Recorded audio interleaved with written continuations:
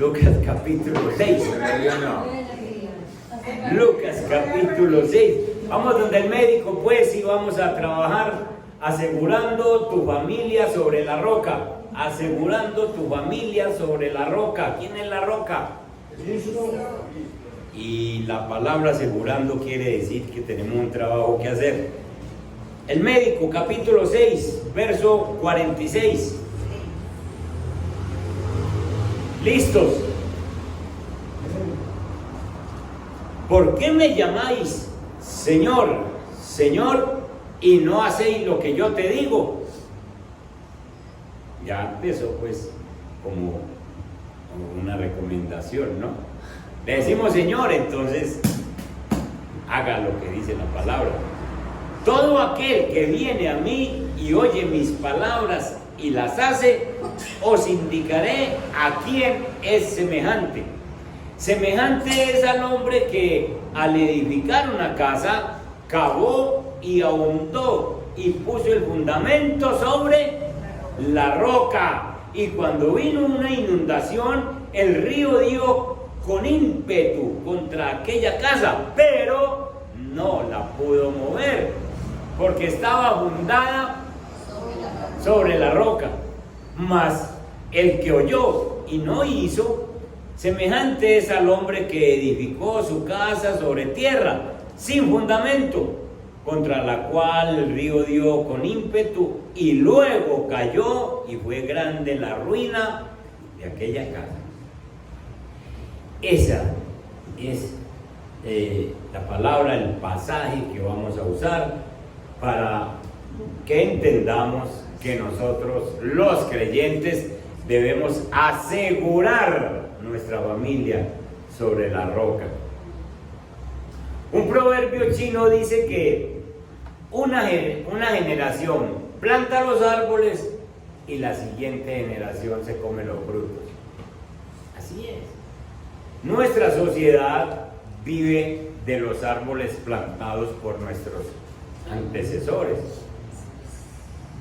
De nuestra familia recibimos nosotros las normas éticas, las enseñanzas, los principios. Ustedes y yo tenemos principios que nos sembraron los papás, las mamás. De alguna manera nos sembraron algo, papás, abuelos, y entonces si ustedes miran a alguien y alguien los conoce de antes, uy, este es como el abuelo porque tiene estas facultades o tiene estas responsabilidades o tiene tales cosas en las que se parece a la familia.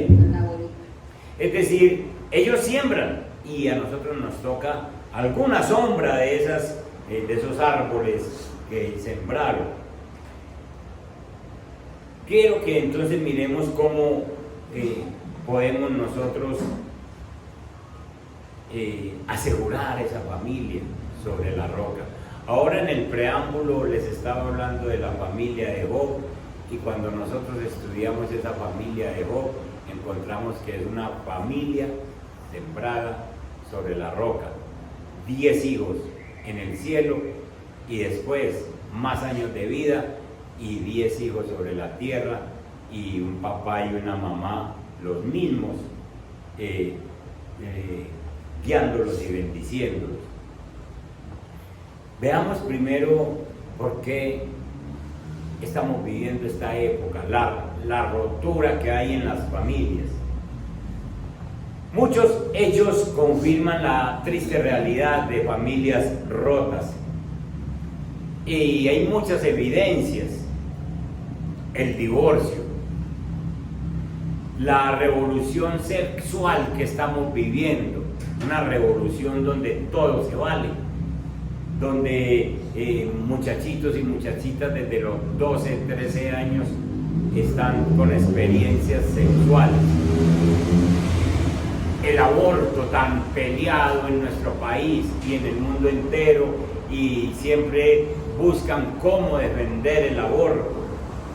La infidelidad que existe en medio de nuestra sociedad.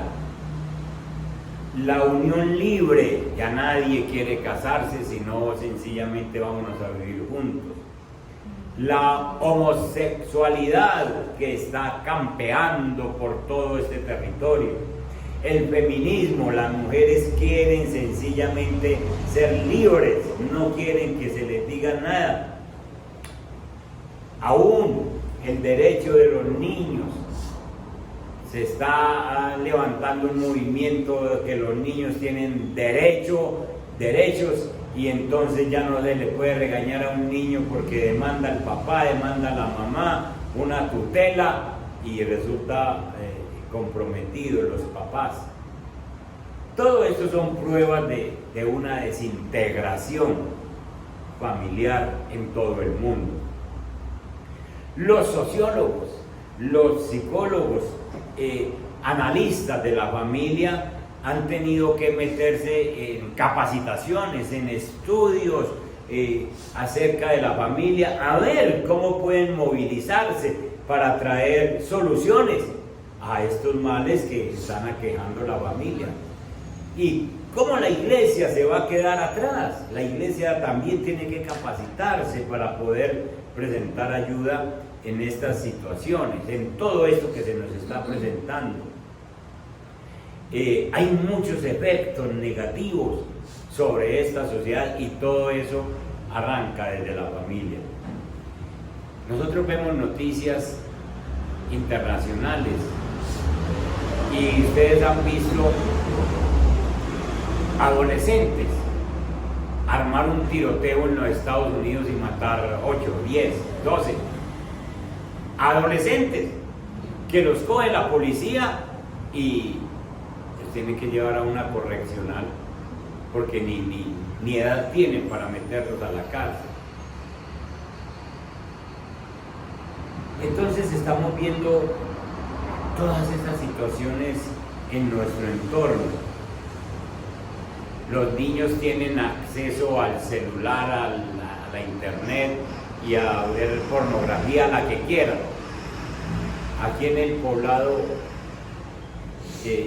hablaba con una mamá que decía: mi niña no sale de la pieza, pero mi niña se gana 3, 4, 5 millones de pesos al mes. Ya ustedes saben cómo los ganan. Pornografía, desvistiéndose en las cámaras, en su pieza. Qué buena niña la que yo tengo, decía. Y yo no sé cómo es que ella se mantiene, pero no le falta la platica. Perdida en la pieza de su casa, prostituida en la pieza de su casa. Y entonces, hermanos, todo eso lo estamos viviendo. Hay algo que recordar, hermanos. Una persona sabia no nace, se hace. Se hace. El drogadicto, el deprimido, la persona, el asesino, el homosexual, no nace. Se hace. Se hace con todo lo que se está moviendo a nuestro alrededor.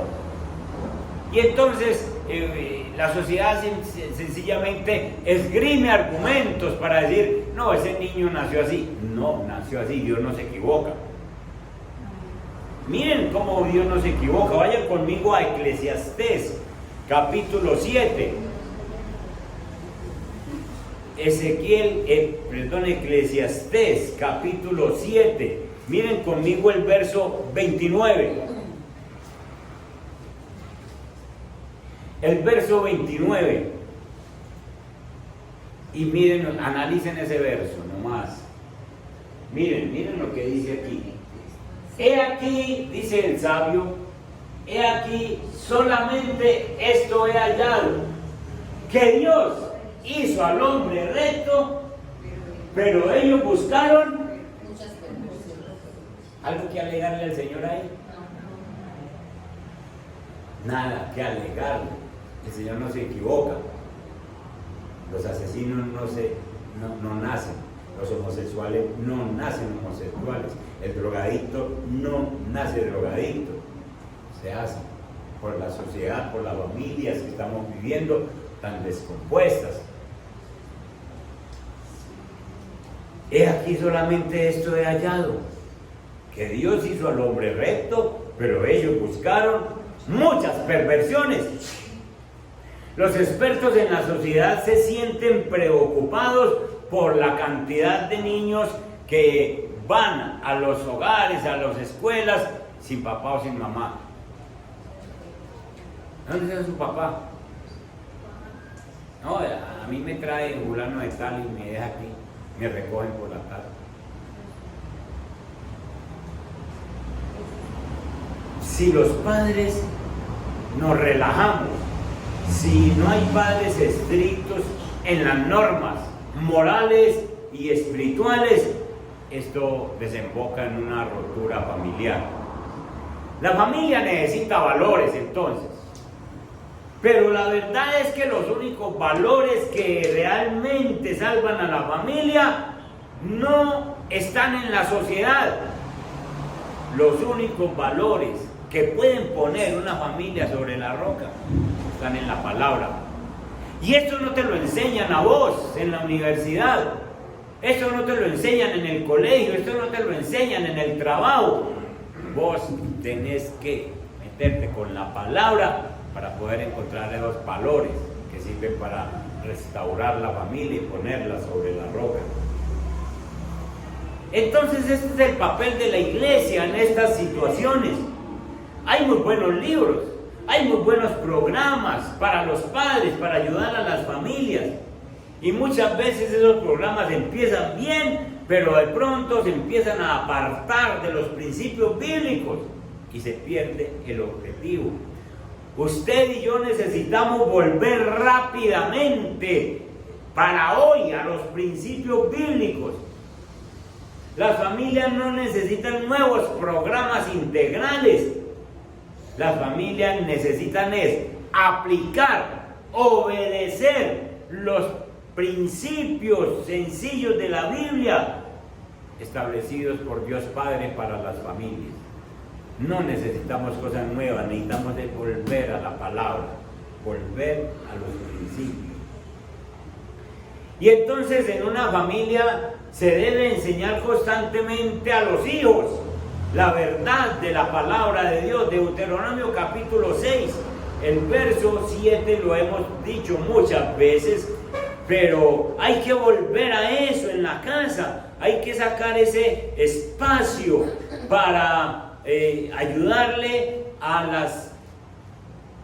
los integrantes de la casa. Dice, y estas palabras que yo te mando hoy estarán sobre tu corazón. Corazón de papá, el corazón de mamá, el corazón suyo, que es el que Dios llamó para establecer esa familia sobre la roca. Y las repetirás a tus hijos y hablarás de ellas estando en tu casa y andando por el camino y al acostarte y cuando te levantes. Miren eso, miren esa secuencia de repetir en la casa, andando, en el camino, a la hora de acostarte, cuando te levantes. Se trata de demostrar esos principios. Empecé hablándoles de la familia de Job, porque Job y su gran esposa tenían 10 hijos, y esa esposa había criado 10 hijos bien criados, y ellos no estaban pecando, sino que había una unidad en esa familia. Y entonces cada que fin de semana o cada que había una ocasión especial, como en el caso que muestra la Biblia, el primogénito, el mayor de todos, cumplió años y se reúnen y se cuidan entre ellos. Y dice la Biblia en Job que los muchachos mandaban a traer las muchachas, las 3 hijas de Job, y las cuidaban y se estaban con ellos. Y entonces después Job se levantaba por la mañana y decía, quizá mis hijos se les fue la mano ayer en la fiestecita, y oraba por todos y cada uno de ellos. Eso es eso. Criado según la palabra, dirigido según la palabra. Y entonces nosotros debemos de empezar a pronunciar palabra. Yo conozco una familia que la mamá o el papá cogen un versículo y lo ponen en una, ¿cómo se llama? En una pegatina, en una cosa de esta. y lo ponen en la nevera. El diario, uno que les llama la atención y lo ponen en la nevera. ¿Quién va a la nevera? Todos. ¡Todos! Yo voy a la nevera, yo llego a la casa y a ver qué hay ahí, a ver. Pero lo primero que se encontraba uno en esa casa era un versículo. Están haciendo esto. Y no están predicando, ni están echando cantaleta. Están poniendo un versículo y lo dejan ahí todo el día. Qué buena práctica.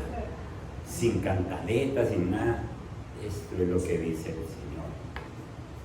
Entonces, hermanos, son principios a los que nosotros tenemos que volver. Nosotros debemos aprender a disciplinar cuando hay algo malo en la casa. Proverbios 23, el verso 13 y 14, dice, desde el 13 dice: no rehuses corregir al muchacho, porque si lo castigas con vara, no morirá. Lo castigarás con vara y librarás su alma del Seol. Cuando se trata de disciplina hay que saber disciplinar, y entonces sencillamente, como dice la Biblia, uno no se exagera, sino que disciplina a los muchachitos y ellos van aprendiendo a obedecer, a que en la casa hay una autoridad y hay que respetarla. Colosenses 3:21 dice que no los provoque tampoco a ira. Colosenses capítulo 3, el verso 21 dice: Padre, no exasperéis a vuestros hijos para que no se desalienten. Es decir, que no se le vaya la mano en echarles cantaleta, en decirles cosas que definitivamente no les van a ayudar a nada. Lo que estamos diciendo es que si se aplicaran estos principios sencillos en la barca de tu familia, esa barca navegaría en medio de cualquier tormenta sin problemas, si nosotros fuéramos capaces de aplicar principios sencillos. La familia es una completa bendición. Los hijos son una bendición, no son una dificultad. Las Escrituras enseñan con claridad que los hijos son dones espirituales, dones de bendición que manda el Señor. Dios los designó como una bendición, y entonces se supone que hijos en la casa debe ser un motivo de gozo, porque son una bendición de parte de Dios para que lleguen a nuestras vidas, para que tengan un valor, un significado, una dicha, una satisfacción. Es tan maravilloso el Señor que cuando, les dije hace 8 días, cuando no le da hijos a una mujer, hijos biológicos, le manda hijos para compensarle esa dicha, ese gozo, para decirle: mire que usted puede hacer un gran trabajo. Amén. Entonces siempre son una bendición, mándelos como los mande el Señor. De todas maneras es una tarea que nos encomienda, es una tarea que Dios nos encomienda a todos nosotros. Y si no hay hijos biológicos, habrán hijos espirituales por los cuales que orar, los cuales se siente la misma carga y que a la final se convierten en una gran bendición para nosotros. Cuando Dios mandó el castigo para la tierra por el pecado del hombre, vayan a Génesis 3:16. Cuando Dios mandó ese castigo, Dios multiplicó el dolor en el parto. Dice: a la mujer dijo: multiplicaré en gran manera los dolores en tus preñeces, con dolor darás a luz los hijos, y tu deseo será para tu marido y él se enseñoreará de ti. Ya este versículo lo hemos explicado.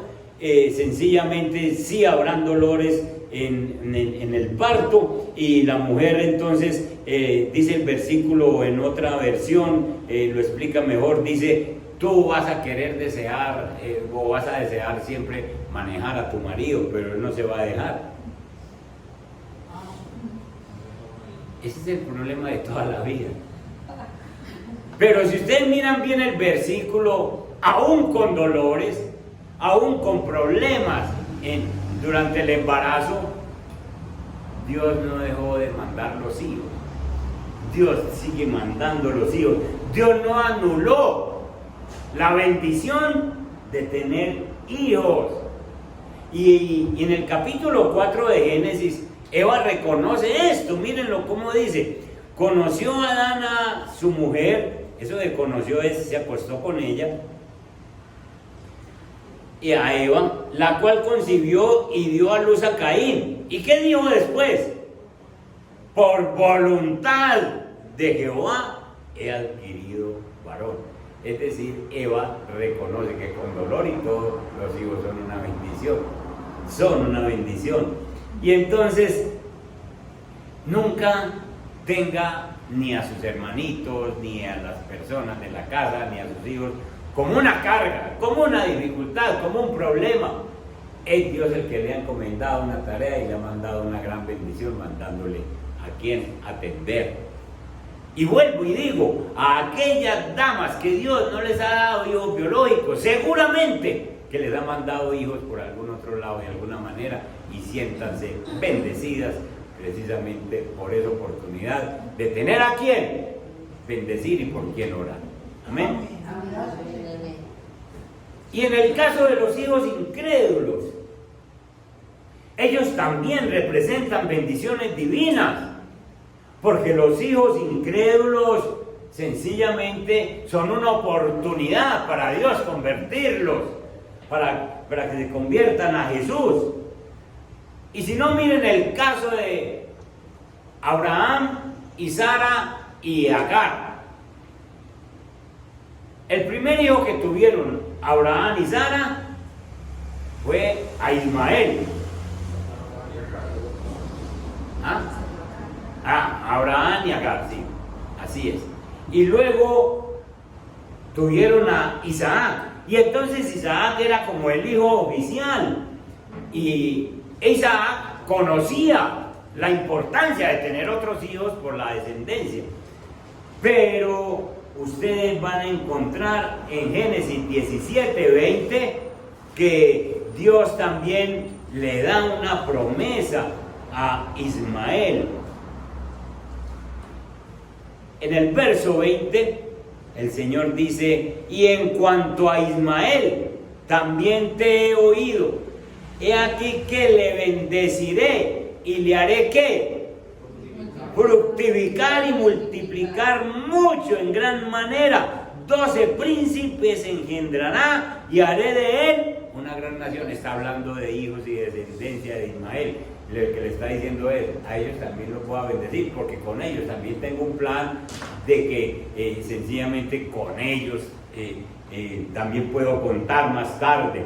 Entonces, los hijos son una bendición, son un designio de Dios lleno de gracia, son dados para proporcionar gozo, para traer contentamiento, para traer satisfacción. Por eso el Salmo 127 dice: he aquí herencia de Jehová son los hijos, cosa de estima el fruto del vientre. Es un plan de Dios.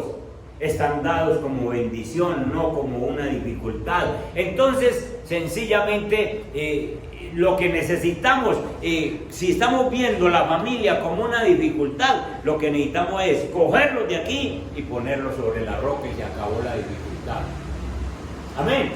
Amén. Los cojo de aquí, de ese mundo donde están criados, los empiezo a poner sobre la roca, y ya sencillamente se acabó el problema tuyo. Y vas a ver que los hijos, la familia en general, todos se vuelven una completa bendición cuando yo soy capaz de hacer ese trabajo, de trasladarlos, de ponerlos en oración para que Cristo los guíe, los pastoree. No podemos dejar la familia expuesta a la sociedad, no podemos dejar la familia expuesta al mundo, porque no van a tener la sombra apropiada y más tarde se nos va a partir el corazón por las cosas que vemos, precisamente porque no hicimos el trabajo de orar siquiera por ellos. Ya nosotros los creyentes, los que estamos aquí, tenemos familia. Puede que no tengas hijos, pero tenés un papá, pero tenés una hermana, tenés un hermano, tenés alguien, tenés un sobrino, alguien que el Señor te dijo hay que pastorearlo. Y ese trabajo no lo podemos descuidar, porque nosotros no lo podemos dejar a expensas del mundo y del enemigo. Miren ustedes, el diablo se mantenía buscando a Job y a su familia. Se mantenía buscándolo. Vayan a Job 1:10. Y entonces cuando el Señor le da el permiso, miren la expresión del enemigo, la expresión de Satanás. Así es, dice, no le has cercado alrededor a él y a su casa. ¿Quién estaba cercado por el cerco de Dios? Job. ¿Y quién más? Su esposa, sus hijos, sus bienes, todo. Mire, no le ha acercado a él y a su casa todo lo que tiene. Al trabajo de sus manos le has dado bendición, por tanto sus bienes han aumentado sobre la tierra. Es decir, desde años atrás, escuchen, no sabemos cuántos años atrás, el diablo se asomaba a la familia de Job y trataba de tocarlos, pero ¿qué? No podía, porque había un cerco de oración, un cerco de protección, un cerco de intercesión que impedía que el enemigo tocara o a hijos, o a esposa, o al mismo Job, o a sus bienes, o a sus trabajadores. Miren bien eso, que es que tuvo que tener un permiso el enemigo de nosotros. Satanás tuvo que tener un permiso para poder incursionar en la familia de Job. Ese permiso se lo dio el que le había dado el cerco a Job. No es hora de que nosotros aprendamos y empecemos a formar ese cerco y empecemos a cerrar ese cerco, porque podemos estar seguros que si vos y yo somos intercesores de la familia, tenemos la bendición del cerco de Dios. Vayan conmigo a Ezequiel capítulo 14. Búsquenme el verso 14. Miren ustedes,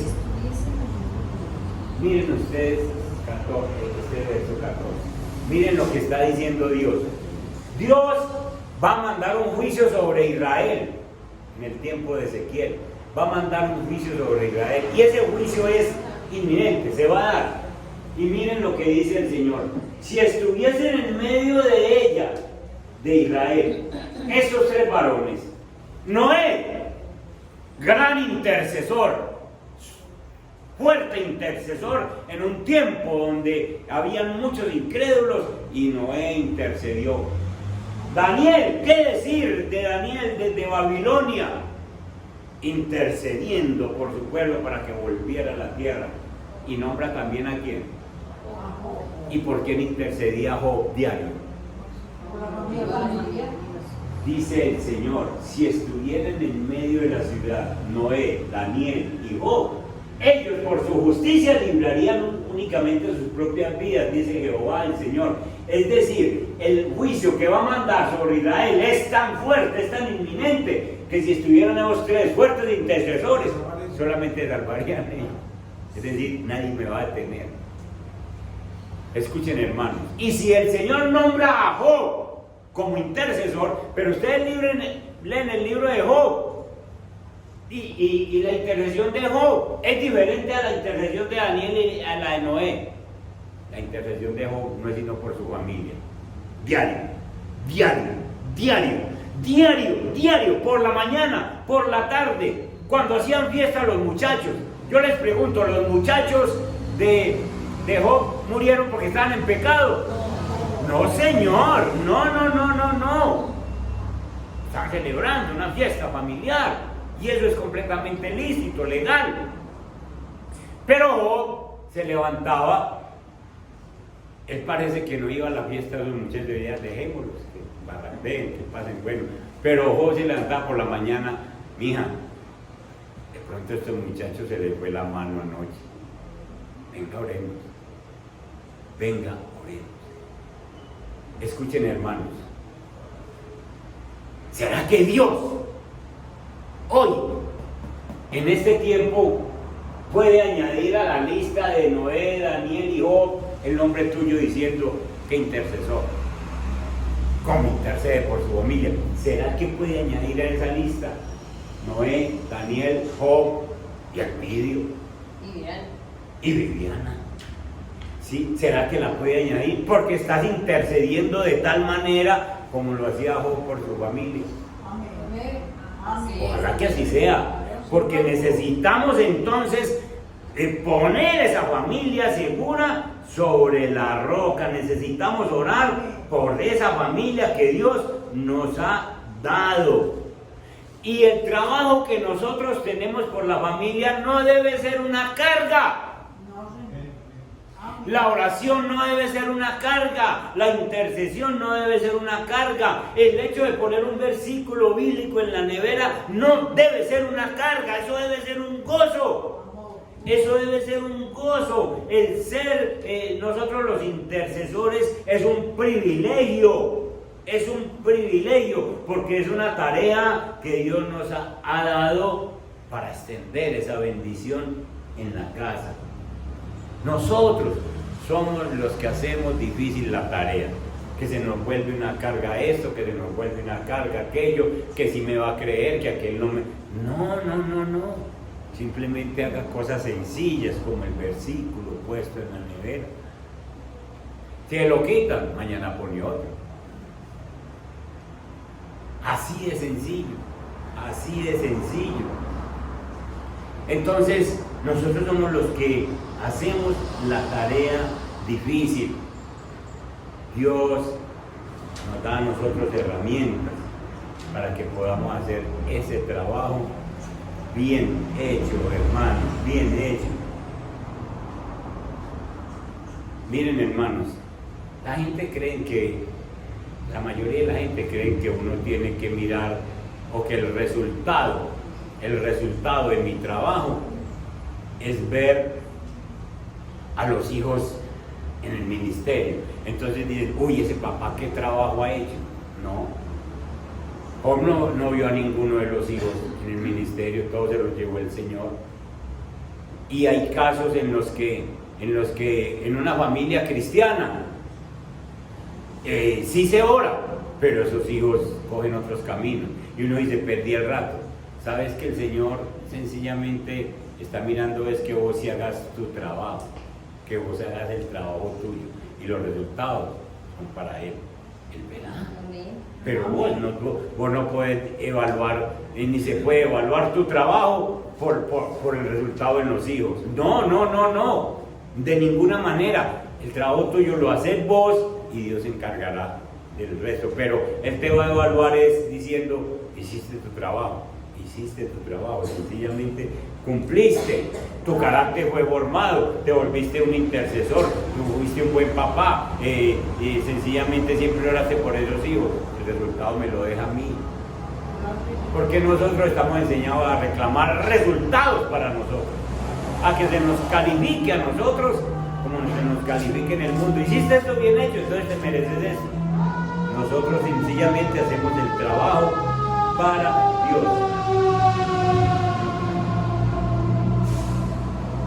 Tenemos que seguir estos principios bíblicos del Señor. Tenemos que poner esta familia sobre la roca. Tenemos que decirle al Señor que nos ayude a que seamos esos intercesores, que podamos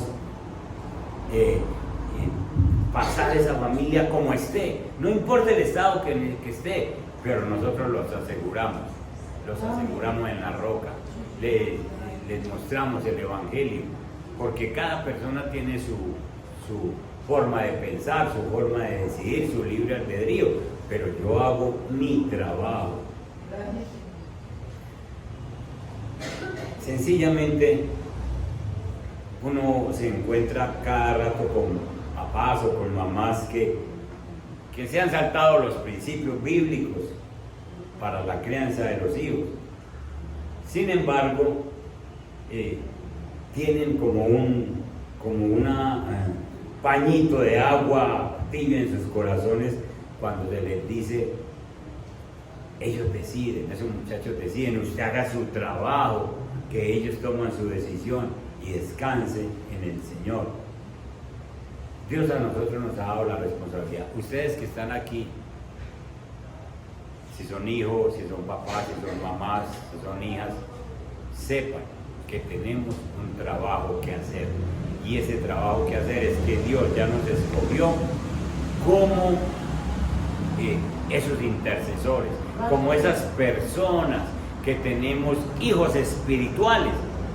Si vos estás aquí como esposo, vos tenés a tu esposa que no viene aquí, esa mujer es una hija espiritual. Si vos estás aquí y tenés unos hijos que no están aquí, esos hijos, además de que son hijos carnales, son hijos espirituales. Si vos tenés un hermano, una hermana, son hijos espirituales. Y ya Dios te escogió para que vos hagas una tarea. Y esa tarea no puede ser una carga, esa tarea debe ser una bendición, un privilegio. Señor, pudieras haber escogido a otro, pero me escogiste a mí para hacer este trabajo. Tal vez ustedes han escuchado el cuento del muchacho que vivía en un bosque, no tenía amigos, vivía solo en un bosque con su familia, su papá y su mamá. Entonces él salía y se entretenía en el bosque, y una vez salió al bosque y empezó a gritar: ¡hola! Y escuchó que le contestaron por allá: ¡hola, hola, hola! ¿Sí? Y entonces dijo: uy, por ahí hay otro, pues por fin un amigo, ¿cierto? Y el niño no sabía que se trataba del eco de su propia voz, y entonces ya no siguió gritando hola, sino que empezó a gritar insultos, palabras necias, insultos, y entonces le contestaban lo mismo,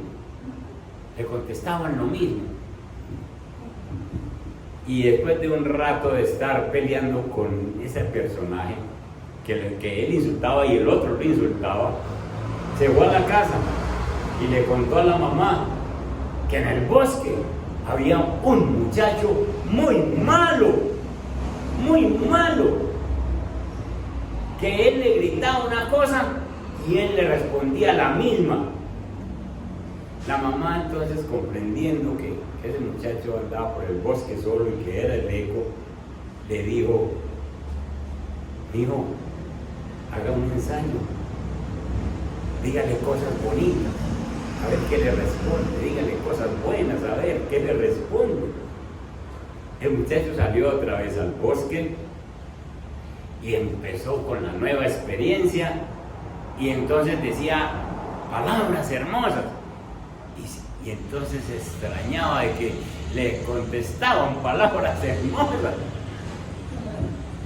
palabras de cariño, y le contestaban palabras de cariño. El problema estaba en él, en lo que él decía. El problema estaba en lo que él pronunciaba. No sabía que estaba tratando con el eco. Esta Esto es muy ilustrativo porque muchos de nosotros pensamos que la culpa la tenemos nosotros y que sencillamente somos culpables de todas esas cosas que decimos, que hacemos y no nos hemos puesto como en las manos de Dios para quitar esos pensamientos desagradables, esos pensamientos malos. Y muchas veces nos pasa lo de este muchacho. Simplemente sembramos y la Biblia dice que todo lo que uno siembra, de eso recoge. De eso recoge. Y entonces tratamos mal a una persona y esperamos que nos trate bien. Hacemos mala cara y esperamos que nos hagan buena cara. Decimos palabras que ofenden y esperamos que nos digan palabras buenas que no ofenden. Entonces, sencillamente, nosotros en el hogar es donde sembramos lo mejor. Muchas veces hemos creído que la escuela es la que tiene que educar a nuestros hijos, que la guardería es la que tiene que educarlos, que la iglesia es donde se les tiene que enseñar el temor a Dios. Y no nos hemos dado cuenta que nosotros somos los que estamos sembrando cosas que son negativas. Hoy es el día de que vos y yo salgamos al bosque nuevamente. Busquemos a Dios para que recibamos otros ecos. Dios, tú me has dado una tarea. Dios, tú has resplandecido con el Evangelio sobre mi vida. Dios, tú me ayudas. Y ese es el eco que vamos a recibir. Eso es lo que vamos a recibir. Yo creo que nosotros dejemos de pensar que tenemos vecinos malos y desagradables. Tal vez ellos dicen lo mismo en nosotros. Estamos lanzando el eco y no estamos sino recibiendo lo que mandamos.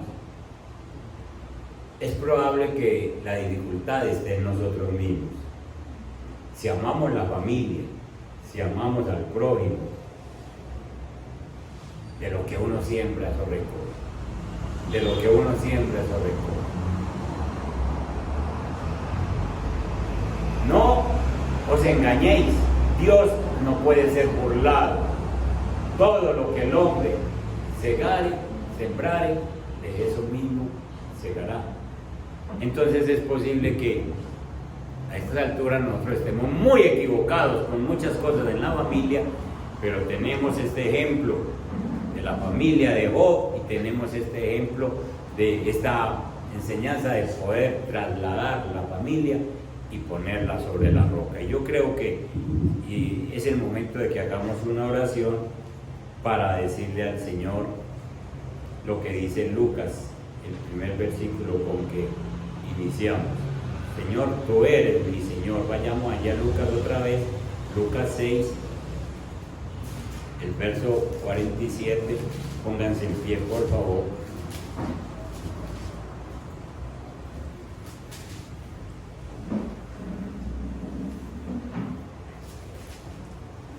¿Por qué me llamáis Señor, Señor, y no hacéis lo que yo digo? Bendito Dios y Padre, tú nos has puesto a nosotros sobre la roca, a cada uno de nosotros. Hay veces que nosotros amanecemos temblando por situaciones difíciles en la familia. Pero aunque nosotros temblemos, si nos fijamos bien, la roca en que estamos parados no tiembla. Y si te decimos, Señor, a toda hora, Señor, ayúdame, Señor, mira esto, Señor, mira estos hijos, Señor, mira esta economía, Señor, mira esta familia, Señor, mira este papá. Entonces, tenemos que hacer lo que tú nos digas. Y si nos han mandado a ser intercesores, entonces, Padre Santo, que no descuidemos esta tarea preciosa. ¿Quién va a orar por ese incrédulo de la casa, por ese pagano de la casa, por ese papá irresponsable, por esa mamá cantaletosa? ¿Quién va a orar sino yo, Señor, que te conozco? Todo aquel que viene a mí y oye mis palabras. Señor, todos nosotros en esta hora hemos venido a ti y hemos oído tus palabras. Y tú dices, y el que las hace es semejante al hombre que edifica una casa, cava profundo, pone el fundamento sobre la roca, y cuando viene una inundación el río da con ímpetu contra aquella casa, pero no la puede mover porque está fundada sobre la roca. Señor, eso queremos ser nosotros. Escuchamos tu palabra y tenemos una familia, bendito Dios. Algunos son simpatizantes, otros no creen nada, otros están en la idolatría completa. ¿Por qué será, Señor, que yo vengo a la iglesia? ¿Por qué será que a mí me gusta el cristianismo? ¿No es acaso porque tu Santo Espíritu ha hecho un cambio, un trabajo sobre mí para que en la casa lo noten, para que haya en la casa quien saque la cara por ellos delante de ti, Señor? ¿Quién hable por ellos? ¿Quién abogue por ellos delante de ti? Señor, te pedimos perdón si esta tarea la hemos tenido en poco, si hemos creído que la intercesión la tienen que hacer otros, si hemos creído que el ejemplo cristiano les toca darlos a otros. ¿Qué esperábamos nosotros? Que todo fuera fácil, Señor. No. El santo Job oraba diario por cada uno de los 10 hijos, por la mañana y por la tarde. Y tú, bendito Dios, esos 10 hijos los recogiste para llevarlos al cielo. Y después le mandaste otros 10 a esa pareja. Si le mandaste otros 10 es porque les estabas premiando y diciendo: los hijos son una bendición, tengan otros 10 para que hagan el mismo trabajo que hicieron la otra vez, y esta vez se los voy a dejar mucho más tiempo. Padre Santo, quítanos, Señor, estas ideas de que tenemos cargas en la familia. Es un privilegio lo que nos has dado, Señor. Ayúdanos a hacerlo, Padre, y que definitivamente con nuestras oraciones podamos hacer que tú, bendito Dios, te compadezcas de nuestra familia y la pases de ese lodo cenagoso a la roca firme, donde tendrán vida eterna contigo, junto con nosotros, en Cristo Jesús. Amén y amén. Dios me les guarde. Bendiciones. Que Dios nos ayude en este trabajo.